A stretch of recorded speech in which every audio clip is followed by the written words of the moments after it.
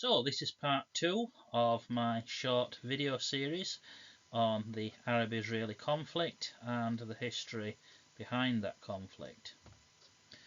So in the first video we got as far as the Second World War. We talked a bit about the kind of the prehistory of the formation of the State of Israel, Jewish settlement in Palestine up to 1945, and the initial tensions that emerged between Jewish and Arab communities at that time.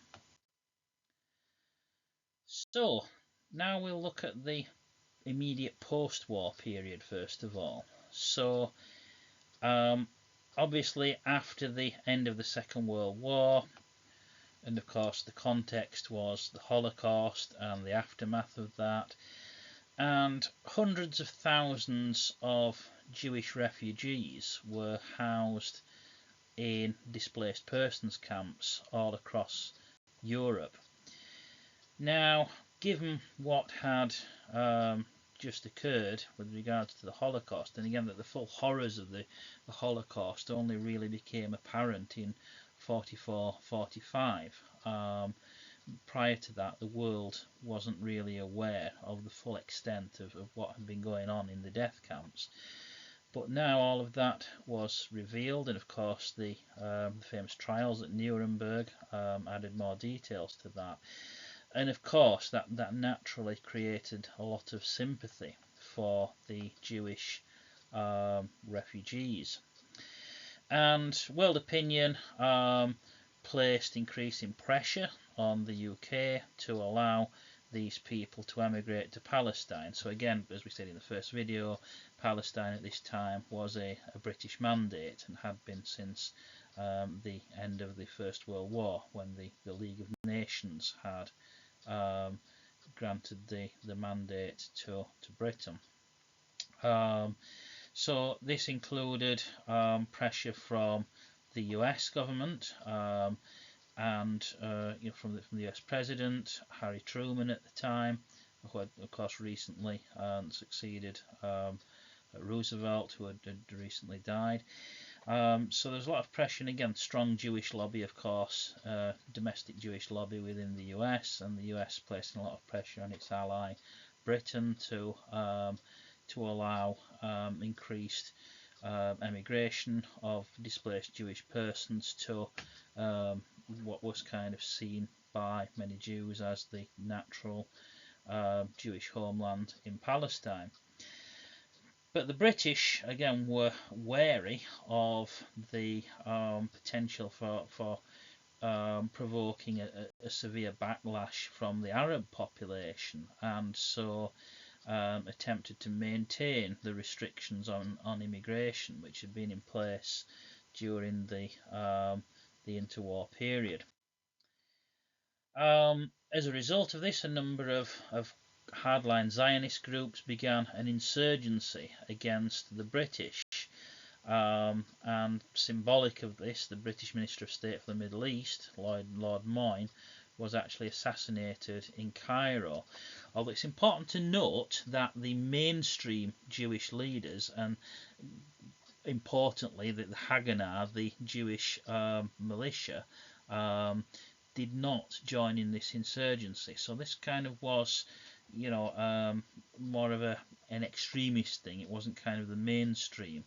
But nonetheless, the insurgency continued to intensify, and the British basically washed their hands of it. The British at this point just wanted to get out of Palestine as quickly as possible, and so Britain announced that the mandate, the British control of Palestine, would end no later than the beginning of August 1948, and essentially the UK handed the whole thing over to the newly created United Nations.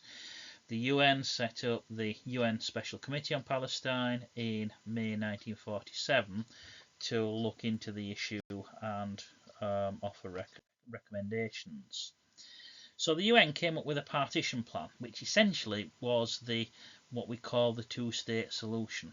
And ever since then, this has kind of been the UN's position that ultimately, in the long term, the only way to sort the conflict out would be to have a two-state solution, a state of Israel and an Arab-Palestinian state. And this is kind of the map how the UN envisaged that the land of Palestine would be divided up. There were other options considered. So 3 members of the UNSCOP kind of commission, which India, Iran, and Yugoslavia, suggested the creation of a single federal state, the kind of one-state solution, where there would be a single secular state, which would not be a Jewish state in terms of religion. It would not be a Muslim state. It would be a secular state, but both Jewish and Arab communities would be incorporated within that. But the final recommendation was for the partition plan.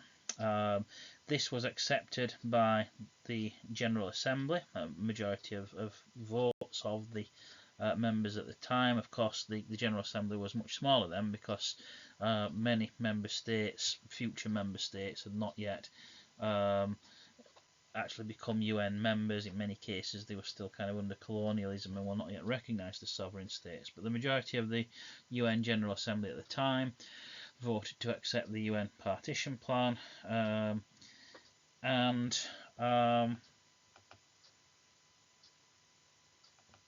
this resulted in Resolution 181, which, of course, if you know how the United Nations works, the General Assembly does not have the power to make legally binding resolutions. Only the Security Council can do that. So the resolutions of the General Assembly ultimately do not have binding legal force, although they do have a lot of moral authority. So the Jewish leadership in Palestine actually accepted this plan, but the Arab-Palestinian leadership did not. And neither did the 5 Arab states, which at the time were voting members of the General Assembly. The US and USSR both supported the plan. Britain accepted it in principle, but refused to implement it. So again, the UK at this point was determined just to get out of Palestine as quickly as possible, and basically brought the date forward and kind of said that the mandate would end at midnight on the 14th of May 1948. So immediately after the UN resolution was passed, more fighting broke out between the Jewish and Arab communities, and again the British kind of didn't even really try to control that, didn't kind of try to act as a peacekeeping force or restore order, but basically it steadily just withdrew. And if British forces intervened at all, it was to secure their own evacuation routes, but otherwise didn't get involved in the fighting. And at the designated date, on the designated date of 14th of May 1948, the last of the British forces withdrew from Palestine. The Jewish leadership, which was led by David Ben-Gurion, announced that the State of Israel would come into being at midnight. So a declaration of sovereign statehood on the part of the Jewish leadership. So stroke of midnight, the State of Israel proclaimed itself into being, essentially, and was recognised by a number of states shortly afterwards. So again, how do you get to be a sovereign state? Well, mainly it's a matter of recognition by other sovereign states. And the State of Israel was recognised as a sovereign state by the US and the USSR and various other powers, but the Arab states refused to recognise it. Nonetheless, Israel was later admitted to the UN as a member state the following year, in May 1949, as a UN member state. But prior to joining the UN, the Israelis had to fight a war, because immediately after midnight, immediately after the State of Israel came into being, Egypt, Jordan, Lebanon, and Syria, and to some extent Iraq as well, all invaded Israeli territory. And the plan was basically to destroy the Jewish state at birth. However, it didn't work out that way, because the Israeli leadership had anticipated that this would happen, and they were ready for it. Now, once again, remember that large numbers of Jews had actually fought with the British during the Second World War, so we're talking, there was a good supply of experienced, battle-hardened, well-trained soldiers. So these were not just amateur militiamen. These were experienced, well-trained and battle-hardened troops, and they had the equipment as well, because the Israeli authorities had been stockpiling equipment. So conscription was introduced. There was a general call-up of all men under 40, and basically the Israelis proved to have the military capability to resist the Arab invasion. The Haganah shortly afterwards was renamed as the IDF, the Israeli Defense Force, which is the name it is still known by today. And by at the end of 1948, the IDF had around 88,000 soldiers, which is not a huge army, but again, quality often counts for more than quantity, and again, these were well-trained and experienced soldiers. And although the Israelis did have some initial setbacks, ultimately they were able to defeat the Arab forces, and a truce was declared in February 1949. And as a result of their military success, the Israelis actually expanded their territory and took over about 60% of the territory that had originally been allotted to the Palestinian Arabs under the UN partition plan. The Arabs, by contrast, didn't get a state. The Palestinian Arabs didn't get a state. Although some of Palestine was still under Arab control, it was controlled by neighbouring Arab states. So basically the Gaza Strip was controlled by Egypt, and the kind of West Bank territory was controlled by Jordan, and this included the eastern part of Jerusalem. Israel took control of West Jerusalem, Jordan holding on to East Jerusalem. So kind of a divided city, not unlike Berlin at that time, I suppose. Following the war, there was significant demographic change, and in particular, a large number of Palestinian Arabs were displaced. So you saw kind of these huge tent cities, kind of refugee camps, and large numbers of them actually ended up leaving Palestine altogether and moving, in most cases, to neighbouring Arab states. And this remains an issue to this day, because although this is 70 years ago, 70 odd years ago, 75, 76 years ago in actual fact, the majority of the original refugees, of course, have now died, because this was 3/4 of a century ago. But their descendants have multiplied in number in actual fact.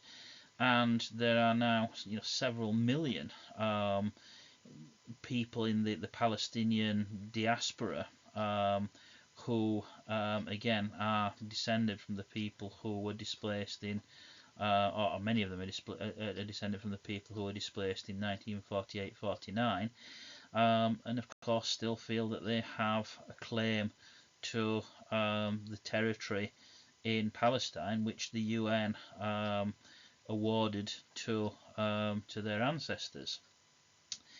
So this is what Palestinians call the Nakba, which is an Arabic word meaning catastrophe.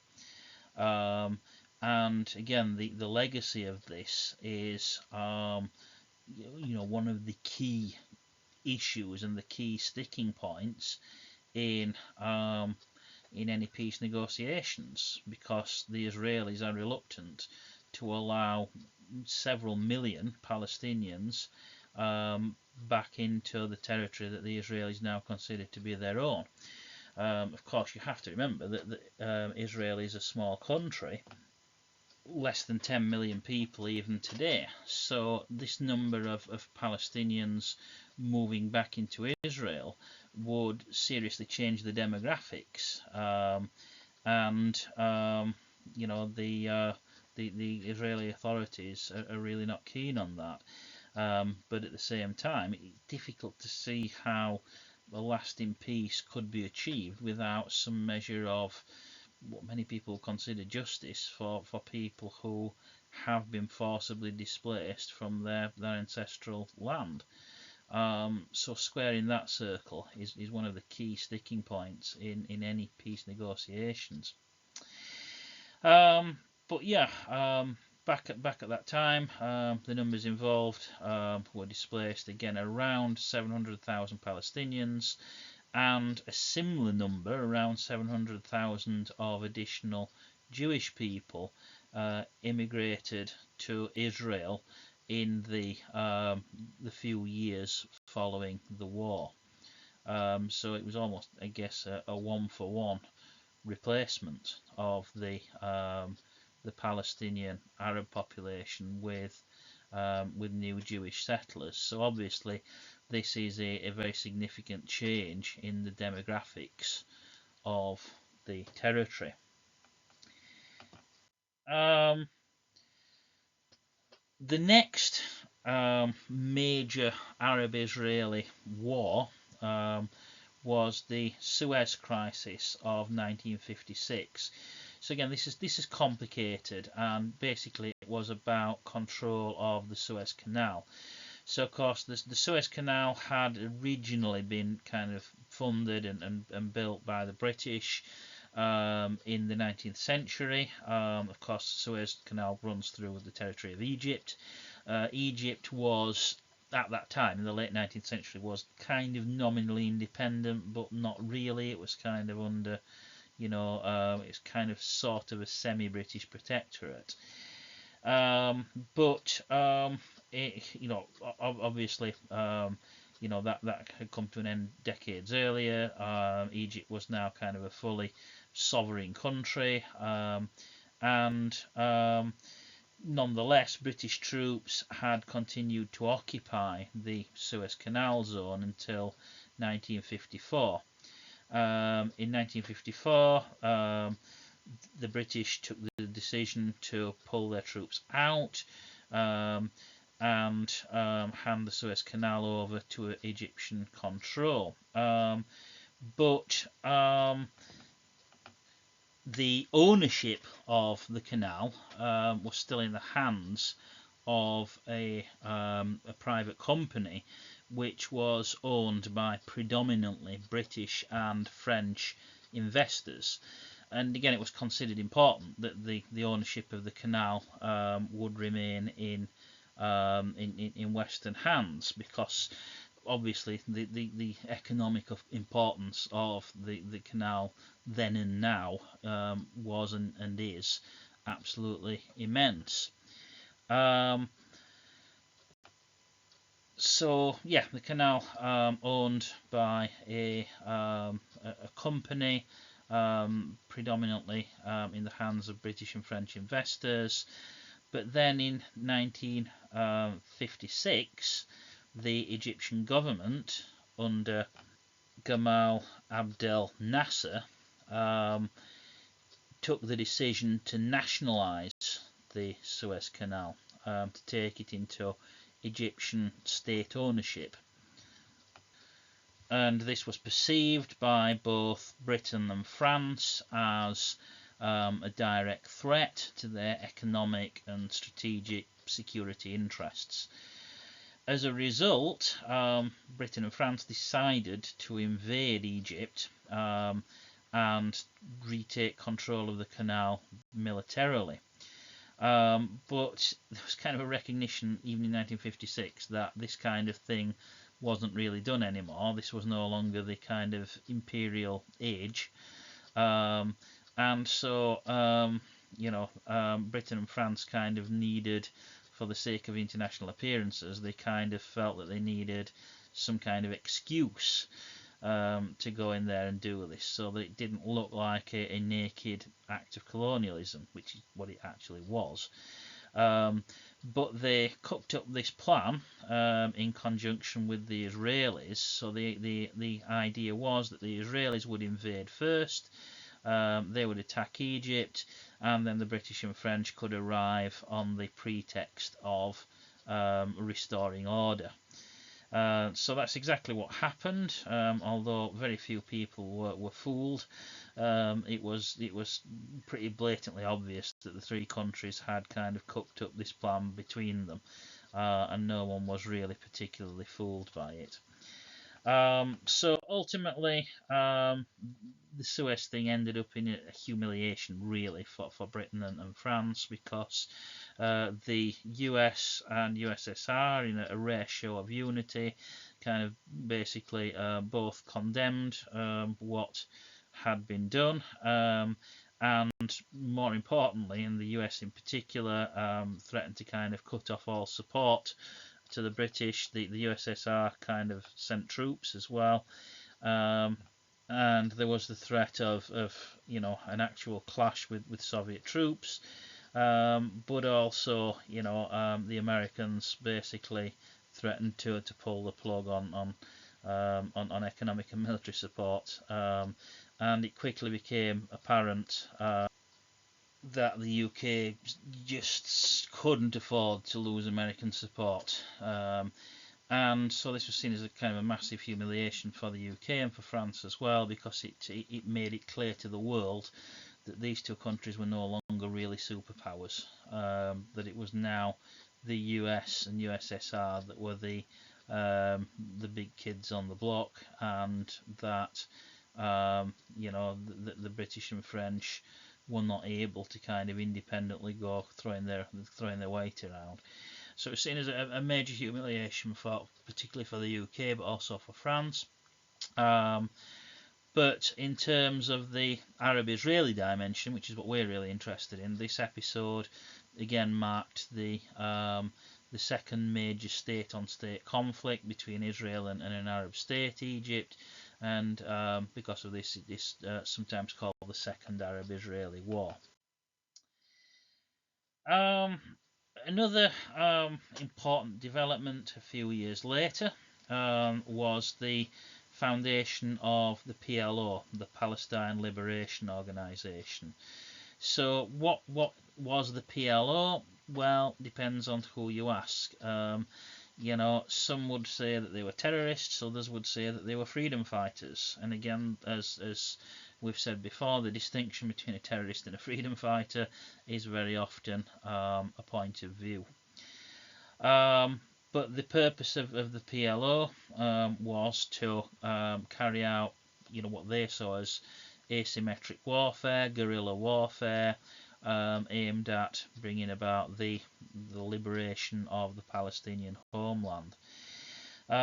So again, using guerrilla tactics, which some might call terrorist tactics, depending on your point of view. And again, some of this stuff was pretty nasty. So things like plane hijackings, the killing of Israeli Olympic athletes in the 1972 Olympics, hostage taking and killing, including killing of civilians and so on, bombings, and you know, not nice stuff by any means.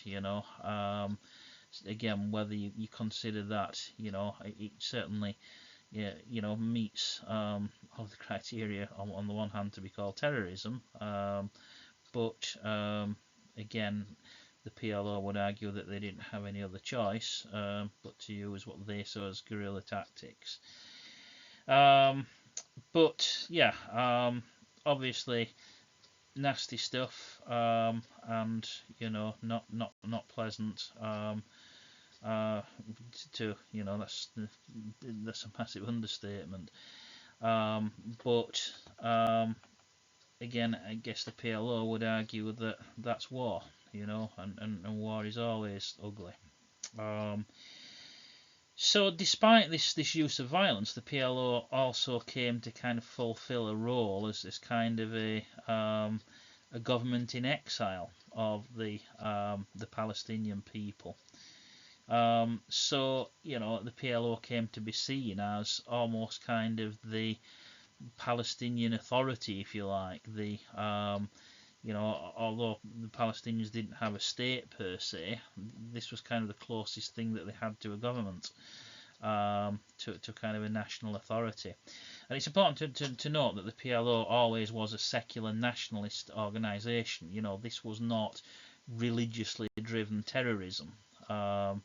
This was, secular nationalism. And in a sense, perhaps comparable to an organisation, roughly comparable to an organisation like the IRA. Meanwhile, the international tensions between Israel and neighbouring Arab states, that situation remained tense, and the Arab world tended to, or continued to be hostile to Israel's existence, to refuse to recognise Israel's right to exist. And Nasser, coming off the back of his ultimate success over the Suez Canal, kind of had aspirations to be a leader of the Arab world. So again, remember this old idea of Arab nationalism, which goes back right to the days of the Ottoman Empire, in a sense. The idea of creating a pan-Arab movement, maybe even a pan-Arab state. That's not a new thing. And Nasser certainly saw himself as potentially as the leader of this pan-Arab movement. And found Israel to be a useful way of uniting the Arabs, united against a common enemy. So there are kind of continuing border clashes between Egypt and Israel in this period. Similar situation on the Israeli border with Syria, ongoing kind of sporadic fighting along the border. And of course, the context of all of this, there's still kind of the ongoing Palestinian refugee problem as well. And in the mid 1960s, all of this came to a head, and several Arab states basically came to a mutual pact to not just to oppose Israel, but again to actively invade Israel. So this was kind of a second attempt. Following the failure of the 48-49 attempt to destroy Israel, this was kind of a second attempt to do that. So it all kind of kicked off in May 1967 when Egypt expelled the UN peacekeeping force, which had been stationed in the Sinai Peninsula, intended to keep the two sides apart. Egypt also then announced a blockade of Israel's access to the Red Sea by the Straits of Tiran. Israel considered this an act of war. Both sides geared up for war, but it was actually the Israelis who struck first. Israel decided, or believed that a war was inevitable, and so decided to undertake a preemptive strike. So this led to what is called the Six-Day War. So Israel launched a surprise attack against Egypt and destroyed most of the Egyptian Air Force on the ground. The same day, Israeli ground forces advanced across the Sinai again, the the Egyptian army was kind of taken by surprise. Obviously, they now had no air cover because their air force had just been destroyed, and the Egyptians were routed basically, and a large number of their soldiers were captured. In the West Bank, the Jordanian forces were pushed out of the West Bank, and Israel took full control of the whole of Jerusalem. Also, Israel in the north captured the strategically important Golan Heights from Syria. So the Golan Heights are kind of an area of highland, which is kind of, again, considered to be strategically important, and remains kind of a or remained for many years afterwards, remained a kind of a major bone of contention between Egypt and Syria. As a shortly after the ceasefire was agreed, Israel, having now captured the whole of Jerusalem, declared Jerusalem to be the Israeli capital. This has not been widely recognized internationally, and remember kind of a few years ago when Donald Trump as US president chose to kind of effectively recognize Jerusalem as the Israeli capital by moving the US embassy there. Remember, that was kind of seen as a kind of a major diplomatic issue. So Tel Aviv remains the internationally recognized, for the most part, Israeli capital, but the Israelis themselves see Jerusalem as their capital. So this was kind of the situation afterwards. So for a time, the whole of the Sinai Peninsula was occupied by Israeli forces. And the West Bank again also seized, along with the Golan Heights. So I guess this was kind of Israel at its territorial height. It doesn't control all of that territory today, because in particular the Sinai Peninsula has been returned to Egypt since. But at this time, Israel kind of reached its territorial max. Although they had lost in 1967 and had no choice but to agree to a ceasefire, Egypt and Syria did not accept the outcome of the war, and they basically wanted another chance to turn things around. And so they planned they said, right, okay, the Israelis took us by surprise last time. This time we're going to take them by surprise. We're going to turn the tables. And they chose the date of 6th of October 1973, which is the Jewish festival of Yom Kippur, the Day of Atonement, which is one of the holiest days in the Jewish calendar. The idea was that Israel would be particularly unprepared because, with the kind of religious observances going on, that many of the troops wouldn't be kind of immediately ready to fight, and so on. And this turned out to be correct. Large numbers of Israelis were not ready for an attack at this time. Apart from Egypt and Syria attacking, military units from various other Arab countries, including Jordan, Iraq, Morocco, and Saudi Arabia, also joined in. So at first, this looked like the outcome was going to be very different, because the Israelis, taken by surprise, initially were pushed back quite heavily. The Arabs appeared to be winning. So Egyptian forces advanced through the Sinai. Syria took back the Golan Heights, advanced into Galilee, but the Israelis were able to regroup. They were able to get their act together, I guess, and basically reversed most of these defeats.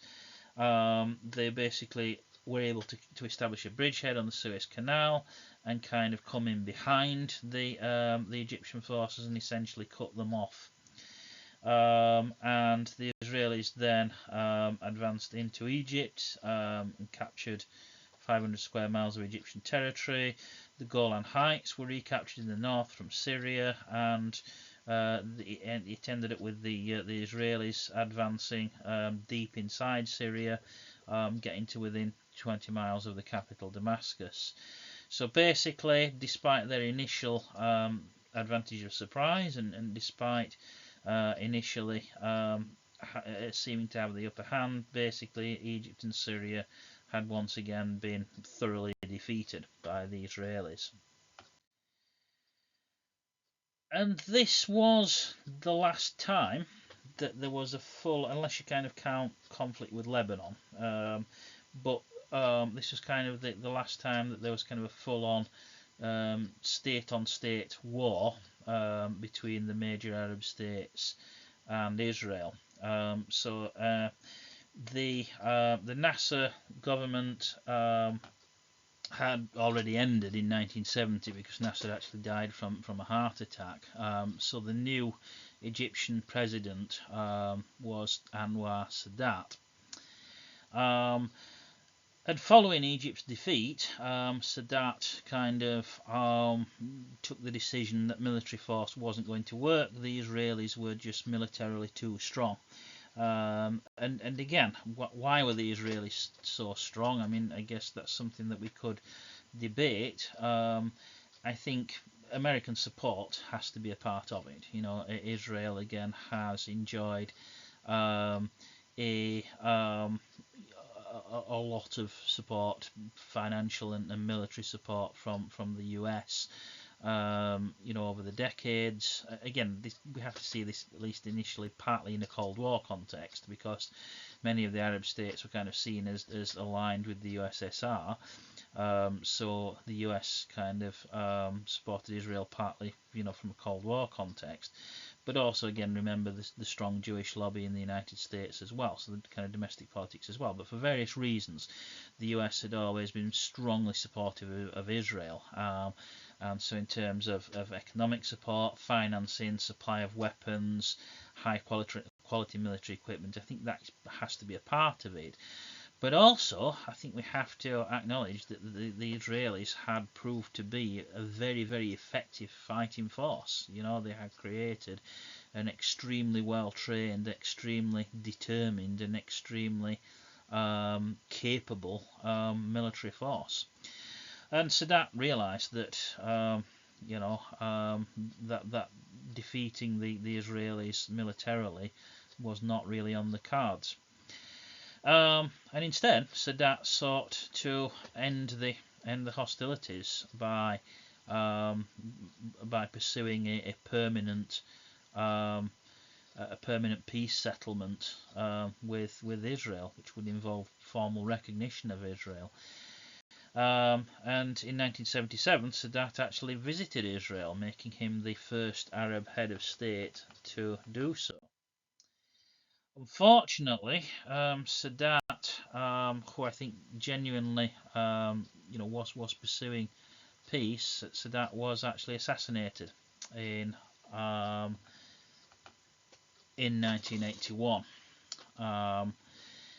and he was assassinated by extremists, Islamist extremists, the Egyptian Islamic Jihad group. But his peace treaty with Israel was a huge part of the reason why. He was kind of seen as a traitor, by the extremists. He was seen as a traitor both to Islam and to Arab nationalism.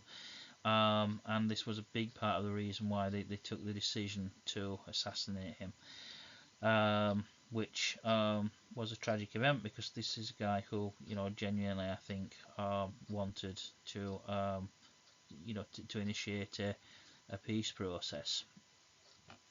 Nonetheless, the peace treaty between Egypt and Israel continued after Sadat's death under the new regime of Hosni Mubarak, who of course was Egyptian president up until 2011. Another important story in the chapter, an important chapter in the story of Arab-Israeli relations was the invasion of Lebanon in 1982. So again, this was largely because the PLO were operating principally out of southern Lebanon and launching attacks, guerrilla attacks, terrorist attacks, whatever you want to call them, launching attacks into Israel from Lebanese territory, and as a consequence, Israel invaded Lebanon in the summer of 1982 with the objective of getting rid of the PLO. This led to extensive fighting, including the siege of Beirut. The Israelis did succeed to a significant extent in pushing the PLO out of Lebanon, although they didn't capture or kill the leader Yasser Arafat, who instead relocated to Tunisia. But after this, Israel continued to occupy southern Lebanon, and this helped to kind of provoke the creation of another group, Hezbollah, which was formed initially in response to the Israeli occupation. And of course, Hezbollah are still kind of a major opponent of Israel. Of course, what is happening right now, the fighting which is once again going on in Lebanon, is kind of a direct conflict between Israel and Hezbollah, which of course Hezbollah being backed principally by Iran, but forming initially in the early 80s as a resistance movement against Israeli occupation of southern Lebanon. So yeah, Hezbollah, again, guerrilla group, terrorist group, whichever term you want to use, depends on which side of the fence you're on, I guess. But the point is, 40 years on, Hezbollah are still a huge thorn in the side of Israel. And again, we're seeing now renewed fighting. But the seeds of that were sown 40 years ago in the early 1980s. Meanwhile, the Palestinians, beginning in 1987, there was a movement called the Intifada, or now known as the First Intifada, which was basically an uprising of Palestinians in the West Bank and in Gaza against the Israeli occupation. Again, started off with demonstrations, and which turned somewhat violent, throwing stones and so on. The Israelis responded with force. Some would say disproportionate force, and the kind of quite brutal tactics used by the Israelis to suppress this dissent helped to galvanize support, I think, for the Palestinian cause on a global scale. It kind of placed the Palestinian cause in the international spotlight in a way that it hadn't been before. And I think in terms of global PR, it cost the Israelis quite dearly. So again, perhaps foreshadowing some of the more recent events that are still ongoing. In 1988, the PLO decided to declare unilateral independence. So again, the declaration essentially of a Palestinian state, even though it didn't at this point control very much territory, nonetheless the declaration of statehood.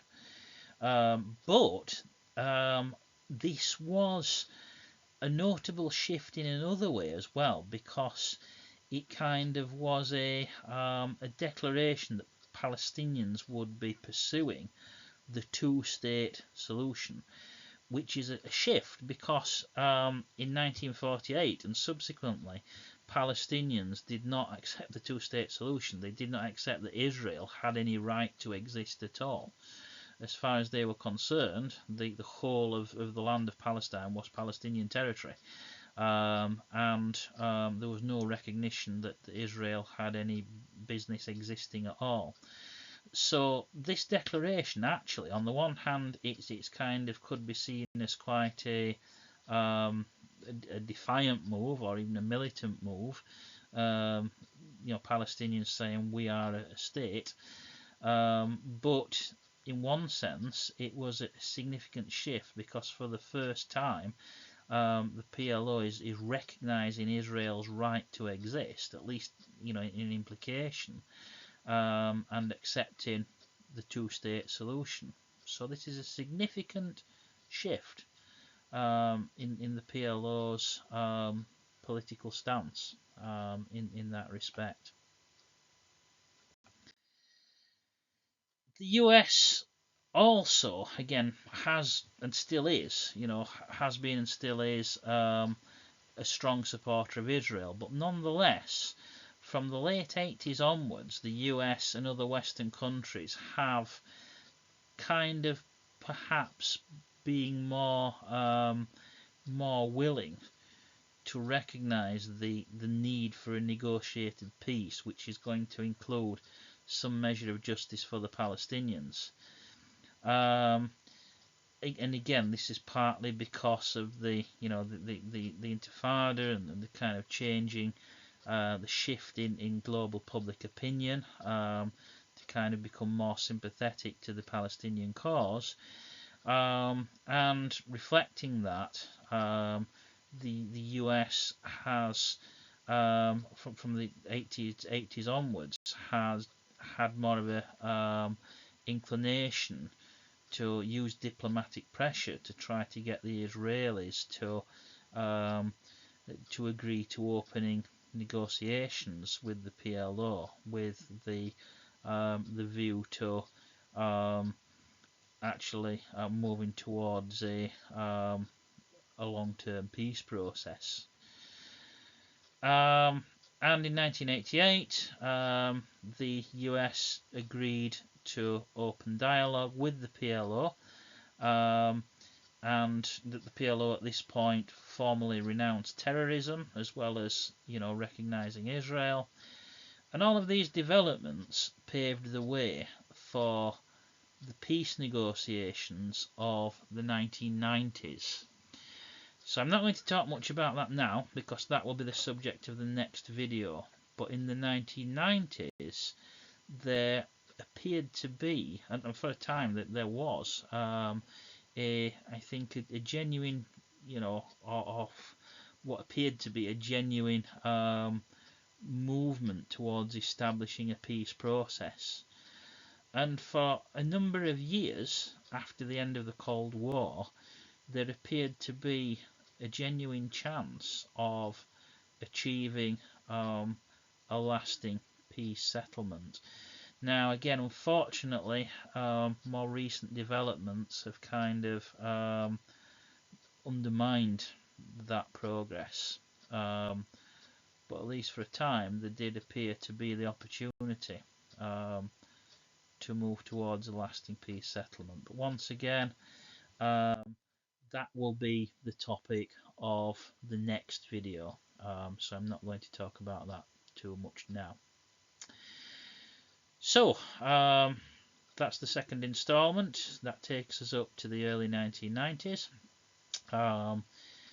Thanks for watching, and I hope that you'll join me for the next installment, looking at the peace movement, the peace process instigated from 1991 onwards. Thanks very much.